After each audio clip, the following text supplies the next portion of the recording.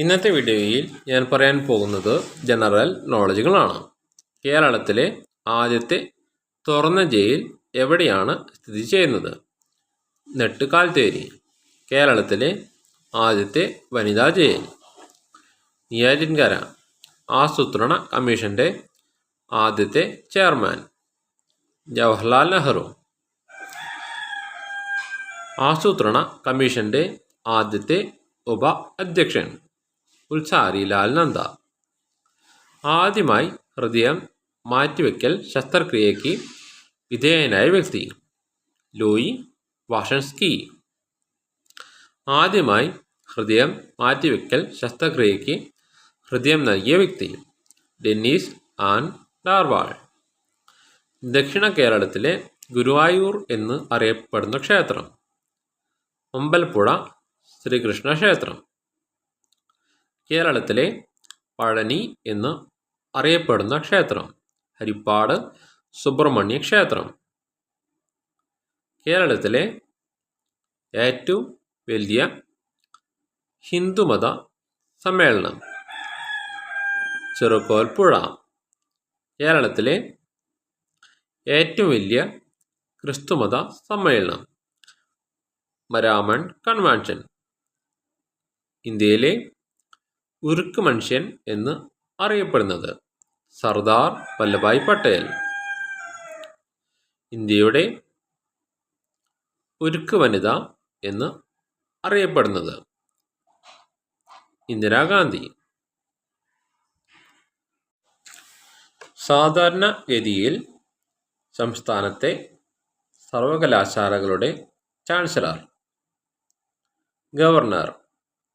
കൊച്ചിയിലെ ന്യൂവാൽസിൻ്റെ ചാൻസലർ ഹൈക്കോടതി chief justice.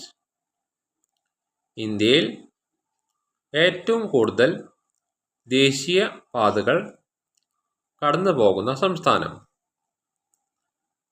Uttar Pradesh. ഇന്ത്യയിൽ ഏറ്റവും കൂടുതൽ റോഡ് ദൈർഘ്യമുള്ള സംസ്ഥാനം മഹാരാഷ്ട്ര. കേരളത്തിലെ കരകൗശല ഗ്രാമം ഇരിങ്ങൽ. കേരളത്തിലെ ടൂറിസം ഗ്രാമം കുമ്പളങ്ങി. ടെസ്റ്റ് ക്രിക്കറ്റിൽ ട്രിപ്പിൾ സെഞ്ചുറി നേടിയ ഇന്ത്യക്കാരൻ വീരേന്ദർ സേവാഗ്. ടെസ്റ്റ് ക്രിക്കറ്റിൽ ഹാട്രിക് നേടിയ ഇന്ത്യൻ ബൗളർ ഹർഭജൻ സിംഗ്. CPMൻ്റെ കേരളത്തിലെ ആസ്ഥാനം AKG സെൻറ്റർ.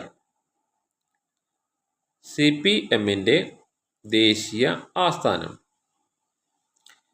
AKG ഭവൻ.